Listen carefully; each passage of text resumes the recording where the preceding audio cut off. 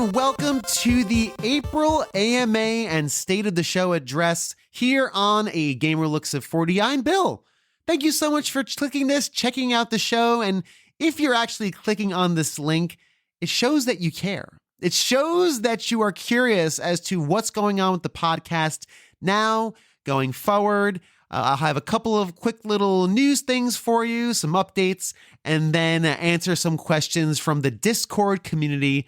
And hopefully this is a fun half an hour or so of content for you to enjoy. So right off the bat, we just finished up our Zelda episode, or our Zelda series, I should say, about a couple weeks ago as of this recording. It was the beginning of April. I think it was April 2nd or 3rd. The final Breath of the Wild episode came out. I am honestly really happy with the way it came out. I think as a 6 to 7 month, 19 episode piece of work, I think it really captured a lot of what makes Zelda very special from a lot of unique perspectives. So thank you to everybody who contributed to the episode, who did a recording or an interview. Honestly, it sounds cliche and corny, but it cannot happen without your help and support. And so, wow, I really appreciate it. Looking forward to the next one, which I am going to be starting recording for sooner than later, which of course is about Final Fantasy. More on that in a minute. This was supposed to come out last week, this AMA, but a little thing called the Mario movie happened and everything got put on hold. Everything got pushed up a week because I realized I had to do something for the Mario movie. I saw it last Thursday with my son. And of course, this week's episode was his opinions and reactions as a 6-year-old seeing the movie. And then, of course, my thoughts and reactions after that. I sounded a little negative as I listened back to it. Not negative about the movie, but negative about the fact I had opinions on it. Kind of thinking, does anybody really care about what I think? I really do think, though, the thoughts and emotions and reactions of a child are definitely probably more important to me, but not necessarily to you, the listener. So I apologize if I came off negative thinking, who cares what I think? That was kind of my emotion at the beginning, but honestly, I've come around and say, we all have our opinions and they're valid. And that's, again, the point of this show. So, but I do hope you enjoyed my son's exuberance and love of the film. Again, it's a movie designed for kids. It's made for him, and he loved it. I loved it. As a family, we loved it. And I can't wait to see it again and again and again when we eventually buy it, because that will happen the second it's available for purchase. So coming up, without further ado, let's talk a bit about the schedule coming up, what you can expect. I essentially have the next 2.5 months mapped out, and I will share that with you right now. First, I'm going to start with the standard episodes, the episodes that come out on the regular feed. And then if you're a patron, I will tell you what you can expect over the next couple months as far as the other 2 patron-only podcasts. So starting off next week on the 17th of April, Tales from the Bargain Bin returns as my brother and I discuss NCAA basketball for the Super Nintendo. Okay. This is going to be 2 weeks removed from the March Madness finals. This was intended to come out like mid-March, in the midst of March Madness. It did not, because the Zelda series had to end, and then life stopped for the Mario movie. So yay, look at me trying to hit that search engine optimization, trying to strike while the iron is hot and release a college basketball episode 2 weeks after college basketball season ends. But it's a fun conversation with my brother and we talk about the sister game to NCAA basketball, which is Stanley Cup. Much more relevant because the playoffs are starting next week in the NHL. So hooray for that. Looking forward to that happening. So NCAA basketball, Tales from the Bargain Bin. On the 24th, which is that week after, episode 73 is a conversation with Chris from Classic Gaming Quarterly. If you've never listened or watched Classic Gaming Quarterly on YouTube, it's an awesome series. He's done very well for himself doing quarterly videos that are documentary style think pieces and thoughts and documentaries on the birth and life cycle of different systems, different launches, releases. He also, between then, does a lot of really good, he does read-alongs where he reads like an edition of EGM or a GamePro or a video game magazine. A really interesting creator and very good at what he does. And it was cool to talk to him about content creation, his history with games. Really mellow dude, and I think we had an awesome conversation. So look forward to that on the 24th. The week after that, which is May 1st, episode 74 is released, which is our Majora recap. This is the final coda to the Zelda series. Seth from the All In podcast and Helena from TikTok both had a lot to say about Majora after the fact, but I decided I wanted to play the game completely and finish it before talking to them about really spoilery endgame stuff. There's this, and I'll bring it up in the episode, but Helena, during our conversation about Ocarina, I started talking about Majora, and when she found out I hadn't finished it yet, she's like, nope, we will talk about this when you're done. We cannot do a spoiler-free thing. We'll talk about it. And both Seth and Helena have really interesting and sometimes intense recollections and reactions and histories with Majora's Mask. And it's the type of game that encourages that. So it's a really cool two-parter. It's going to be long. It's going to be like an hour and a half because there are 40-minute conversations each. But I think it really is a beautiful, beautiful. That's a little high and mighty, Bill. But I think it's a really cool, again, coda to our Legend of Zelda episodes. And I want to give some space.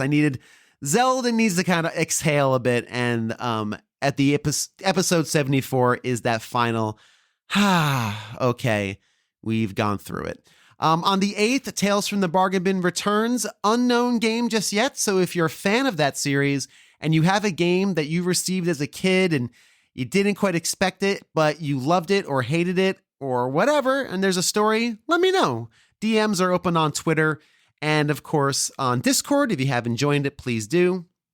As well as the standard, a gamer looks at 4040 at Gmail. So Tales from the Bargain Bin back on the 8th. On the 15th, episode 75 is a conversation with Brett Weiss. He is an author. He wrote the SNES omnibuses, the NES omnibuses, a number of books he's written. He has a podcast. He's done YouTube videos. He's been in the industry for well over 40 years and a really, really good guy to talk to, especially when it comes to being a young adult in the midst of video games height and fall in the early 80s, and what it was like to be collecting games at a time when the industry was crashing. And we talk about a lot of different things. Brett Weiss has been involved in some, let's say, controversy. Just be aware that we don't get into his run-ins with Pat the NES Punk, and we don't talk about his involvement with the Intellivision console. I cannot remember the name of it right now. Reason being is, the Pat NES Punk stuff it's not the sort of thing I want to cover on the show. I thought about it, and I actually let him know, hey, if you want to talk about it, we can, but it didn't come up, and I'm glad I didn't push it because it's very well documented. His thoughts and opinions are well documented on his site and his blog.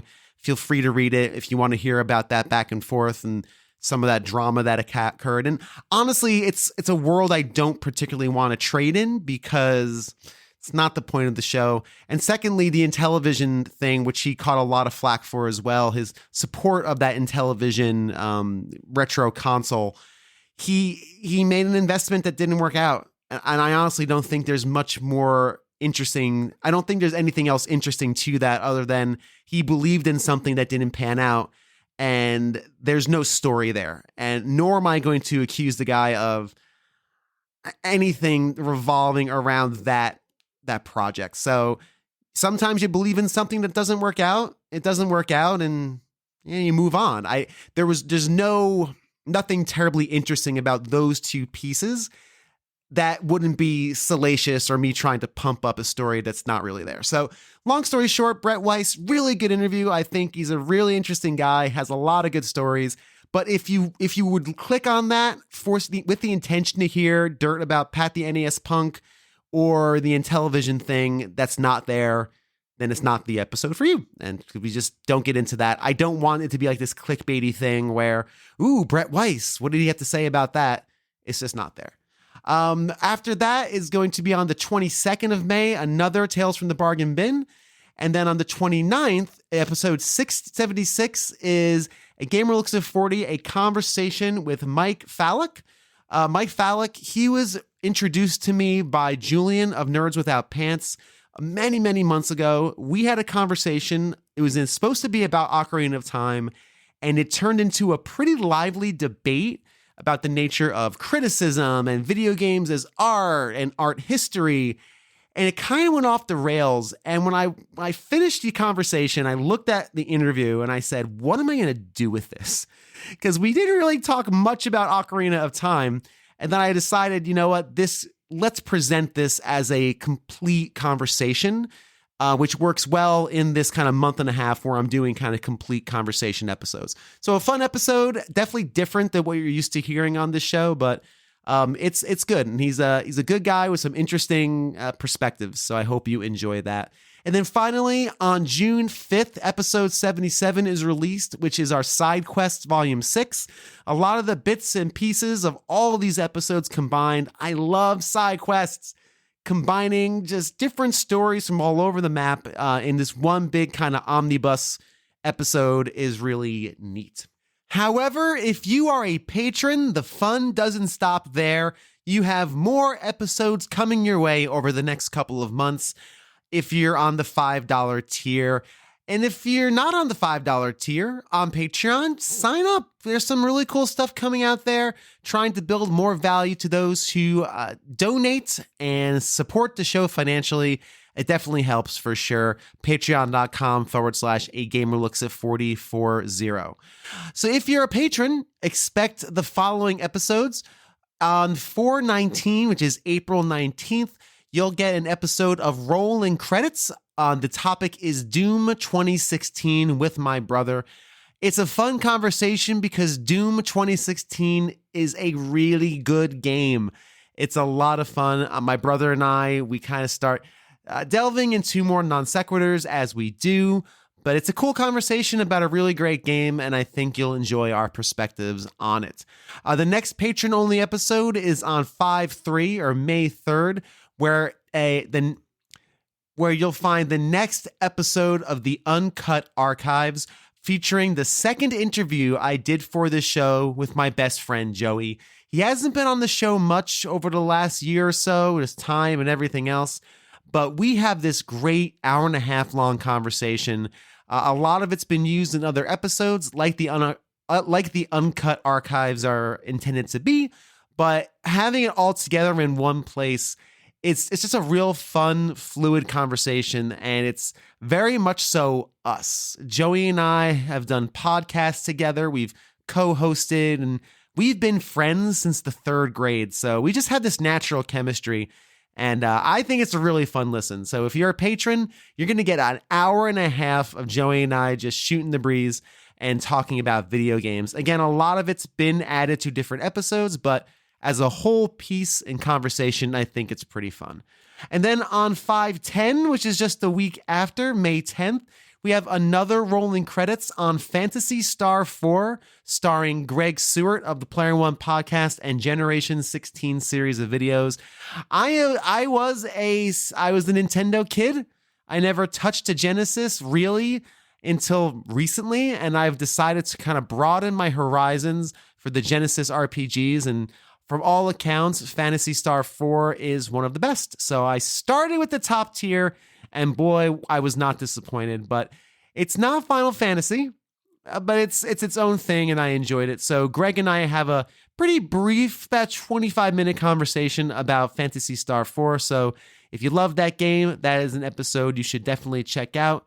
And then finally, on 5/24, which is 2 weeks after that rolling credits, you'll get another Uncut Archives. This will likely be the third interview I've done. So I figure with Uncut Archives, just do the first 4, because the first 4 interviews of the of the podcast basically made up the first 6 episodes. And I just think, again, as like these historical audio documents, I think they'll be pretty fun to put together. So I'm not sure if it's going to be an episode with Blue Williams or with Sean Shirazi, but either way, you'll get another Uncut Archive episode on the 24th of May. So that is the schedule for the next 2 months or so. I'd like to formally announce my casting call. I have a casting call. I have 3 episodes I am currently recording for, not including Final Fantasy. The first episode I'd like to start recording for is Earthbound. If you are an Earthbound fan, if you love the games, if you have a close attachment to them, especially a nostalgic one, I'd love to hear your story. I'd love to get you down. I have a few people in mind already. This will be a big episode because there's a lot to talk about with Earthbound. It's a game I greatly respect and admire. I think it's a singular experience. I just don't know how fun it is to actually play, but we'll talk about that in the episode. The next episode I want to record for is Mario Paint. Mario Paint is a formative game for me. I adore Mario Paint, and I am collecting conversations and interviews for it as we speak. So again, if you grew up with Mario Paint, if it helped you learn to be creative, if it was a springboard for a job or a love of an art form or anything of that nature, I really want to hear these stories because I think there's lots of them, and I want to take my time and really collect those and gather that information. So Earthbound, Mario Paint, and then finally a third episode I thought of this morning that I'm very excited about, Tales of the Rental Place. If you grew up in my era, you rented games. I want to hear your stories about rental games, about how you rented, where you got them from, save files you found. I know there's got to be stories there. So if you loved rental houses and renting games as a kid, I would love to hear some stories about your experiences, going to the rental store for the weekend and picking something up for a couple of days. I just want to hear all those. So, of course, good stories about that. So, Earthbound, Mario Paint, and the love and experience of renting games, especially in the late 80s, early 90s. And then finally, I am working on a website. It's kind of one of those things I've been meaning to do, and search engine optimization states it's one of those things you should have. Websites, podcasts should have websites for more presence on the clicks and the searches and the Googles and all that. I also want a place to put the complete series in an easy to access place. That came up as a comment. I wish there was a way to get a playlist of the Zelda series. I was like, good idea. Maybe we can do something on a website where you just go to this one place. Here's the playlist of episodes and check them out. I don't know how that's going to work, but that is something I'm working towards. I have a couple of sites I've started to look into to get this thing organized, but website, yet another thing, another way to connect with A Gamer Looks at 40. So now let's jump into the AMA. If you'd like to participate in the monthly or every 6th week AMA for this State of the Show address, please join my Discord. It's an open channel on the Discord. You can ask anything you like within sensible reason, and I'm happy to answer those questions. So let's just jump into it for sake of time. Mike Alberton of Games My Mom Found writes, if I could have walked down the aisle to one video game song, what would it have been? Or if I did, what was it? I did not have any video game music at my wedding. That would not have flown. But I thought about this, and I think because I'm so ingrained in Zelda, I think an energetic, not energetic. I think the theme would have to be stately, but with an eye for adventure, because I do believe a relationship or a partnership or a marriage is an adventure. It's a journey, and it should be one that's taken with confidence and one that should be taken with an eye towards the future. And just, we're going to go on a journey. We're going to go on an adventure together as partners or a couple or as a married couple, in my case. So I think some things like themes from the Zelda series would be great. I also thought anything from Supergiant, Bastion, Transistor, any of those soundtracks. I particularly like Bastion, although my wedding would probably have to be a little more Western themed. But anything from those soundtracks, I think, are also very beautiful. And I also there's the theme to Kingdom Hearts that came up. This is a question I had asked a while back in one of my 3 questions, and Kingdom Hearts came up a lot. And when I heard the theme, I was like, oh yeah, that actually makes sense. That'd be really beautiful. So I've never played a Kingdom Hearts game. I would like to do a series on Kingdom Hearts, but I can't play through all those games. And as I've learned, it's very hard for me to do episodes on games I've never played, but who knows? Maybe I'll find an interesting way to approach that topic. But anyway, that's for another day altogether. Planning out shows on this show. It's kind of don't want to do that, but sometimes it happens. Thank you, Mike, for the question. Cypher Zero asks, a genie grants you a wish to either create a timeless video game or a timeless song. Which do you create and why? For me, this is an easy question, and it may be surprising, a timeless song. Absolutely. I think great games will stand the test of time and definitely have an impact as art and, as media. No question, a great game can last forever. Look at Mario. I mean, that's a perfect example. Look at Zelda.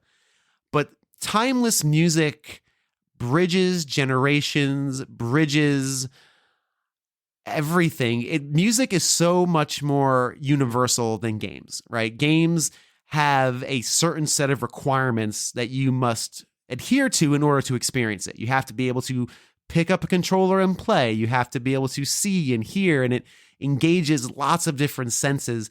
Music, I think, of all the art forms, is among the most pure because it only requires one sense to enjoy, and there's no barrier of entry. All I need are my ears, and I could listen to a Spanish cumbia, or I could listen to like a Bollywood soundtrack, not understand a word of what the person is saying or singing, or have never even heard the style of music, but somehow, some way, I will feel something. And I think music is, again, one of the most pure art forms there is for that reason, where you just don't need to understand it to appreciate it.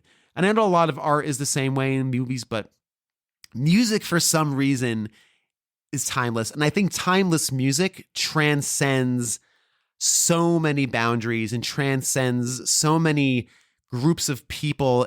It's just universal. So if I could create a timeless song that did that bridged so many gaps and touched people in so many special ways, I would definitely, absolutely do song. Again, I love video games, of course. It is my favorite art form, of course, but music is a very close second. And timeless song for sure. That's a really cool question. Thanks for asking that one. Kev on the Discord writes, how do you choose your guests?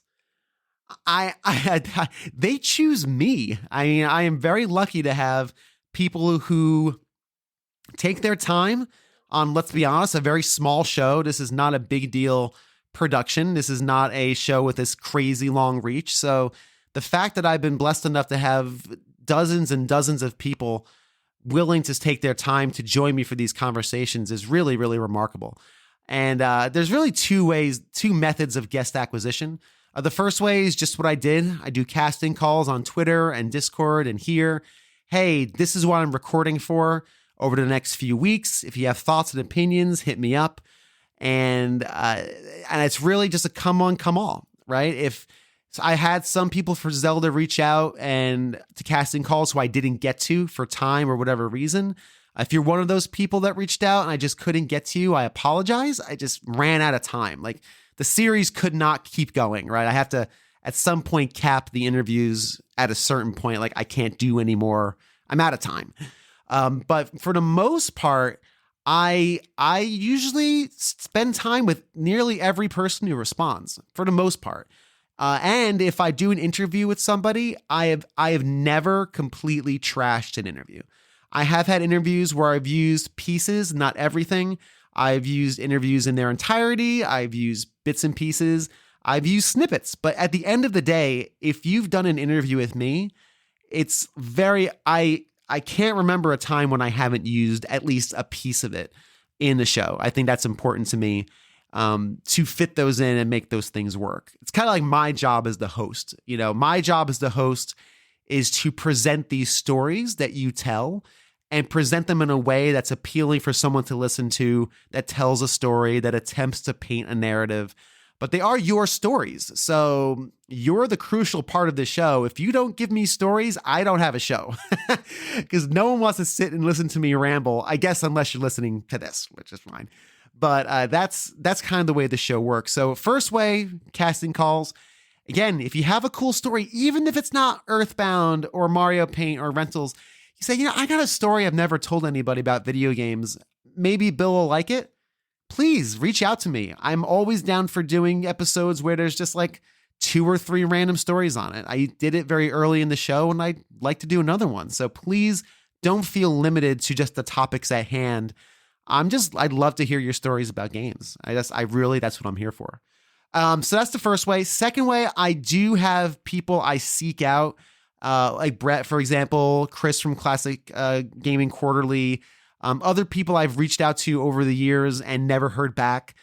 Sometimes I just think, hey, it'd be really cool to hear from XYZ person. And I email or reach out on Twitter or social media. And a lot of times they don't get back to me, which is fine. I follow up. But I do have certain guests that if I have an idea for it, I'll actively reach out and get those people.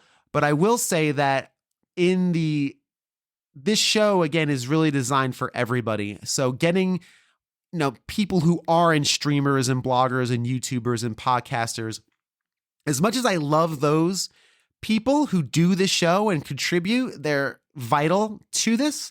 I also just love talking to everyday people who would never have a forum to tell these stories.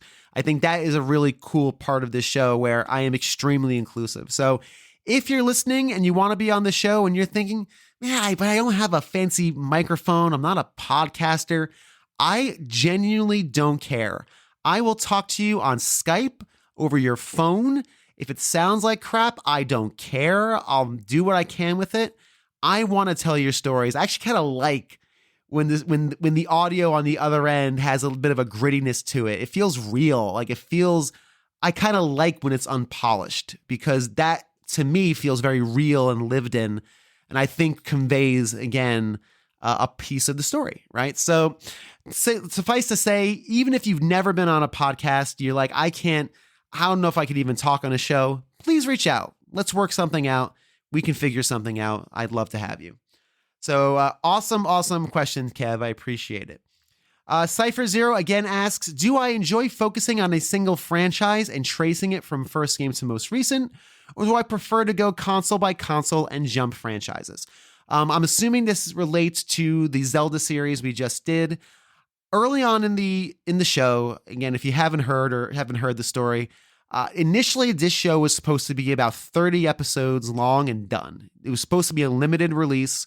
I was supposed to be long done by now. And the goal was to do it in years. So the games in 1987, 1988, 1989, and every episode would be a year and have different people's stories based on the year in which they were even playing or living.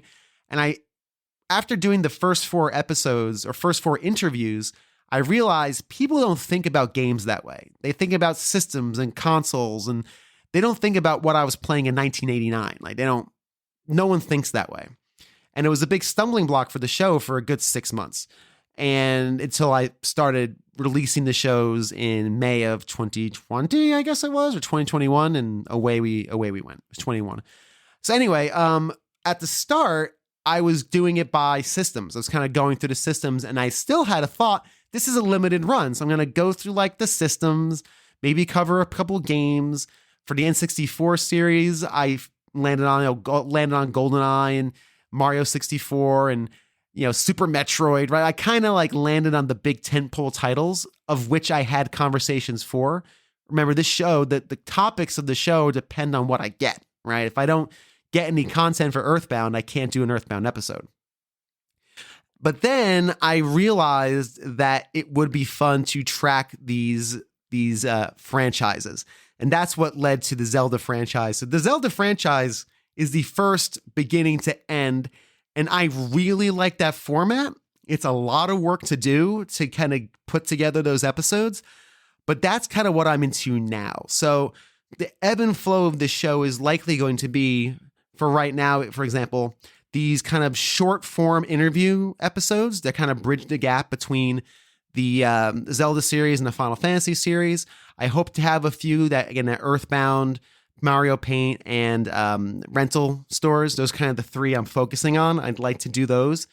And anything else that comes up. And then have Final Fantasy start probably end of July, early August, by which I hope to have hopefully half of them done and in the can before I even begin releasing them. But anyway, so to answer that question, I like both, but I think as of right now, I do like the long series because it really allows me to create this very long form compendium of thoughts and opinions and recollections across an entire series, and hopefully track why it works and why it maybe not work and why people are attached to it so much. The feedback from the series was really good from what I have. So although I will say the individual like SNES and Genesis episodes were definitely probably more popular, I like this kind of long form documentary series style, but we'll see. I don't know. We'll see how it works out. Final Fantasy is already planned. So after that, who knows? Maybe we go back to more singular stories or just jumping around from franchise to franchise. But right now, I like those long form series. So that's kind of where I'm going right now. Thank you very much, Cypher, for asking that question. And then finally, Seth from the All In Podcast asks, who are some of my biggest heroes / inspirations, either personally or professionally? I'll start personally. I have one person in particular who I'll share, and his name is Eric Hyland. He used to run or own the blog I started writing for when I first moved to Austin in 2013. The blog is called The Austinaut. If you were tracking my adventures during South by Southwest, that's who I cover that for. I've been writing for them for over 8 years at this point. I no longer write for them full time. I just cover big events because I get the access and it's fun to cover big events for them. But I used to write at least 2 huge articles for them a month, and then I did a weekly concert roll-up. So I was doing like 6 articles a month for them at my height. And it's a site I was very, very proud of. It was a big part of my creative outlet for a number of years. I love doing articles about music and food and beverage and breweries, all about hyper-local, supporting local businesses in Austin. I love doing it. Unfortunately, the site is no longer that. It's really kind of turned into a standard clickbait, here's the things to do this weekend type of site. Nobody who writes for that site anymore actually lives here. They're all just contracted out across the internets as websites do nowadays. And it's just lost the magic since they sold it, unfortunately. But I met Eric through that site, and he has been an absolute mentor to me, not only creatively, but also spiritually, and which is a side of my stuff I don't really talk about too much on this show because this show is not about that. It's just not about that. One day it'll come up when I'll actually talk about like faith and whatnot, but I want this show to be extremely inclusive, and I know that kind of stuff can be exclusive. So I leave that stuff out of it for now. I'm sure it'll come up at some point. But anyway, so he's been a huge friend and mentor to me, and he's inspirational because he's the type of person that makes a plan and then fearlessly follows it. And I love that. I love people who just go for it. But he's never reckless. He plans it out. He's retired Coast Guard, so he has of a military background, so he's always very planned and prepared. Him and his family, when I met them way back when, they were about to start full-time RVing. So they RV'd around the country for about 5 or so years, maybe more. And right now, they're in the midst of an overlanding adventure. If you're not familiar, RVing, of course, big ol' RV, you pull into campsites with water hookups and, you RV, right? It's a camping thing, obviously. They go one step beyond where they literally live out of his Jeep. And it's him, his wife, and he's now 6-year-old son. Their son has never had an address. He was born on the road. He was born here in Austin because, you got to be here for it. But as soon as they could leave, they did. And he's never had a steady full address. And he is now in the midst of an overlanding adventure with his parents. And they are now currently driving around the world. Literally driving around the world. They are in Ecuador right now, if memory is correct. They just got out of Colombia. And they literally live out of their Jeep most of the time. The Jeep that he drives is fully equipped.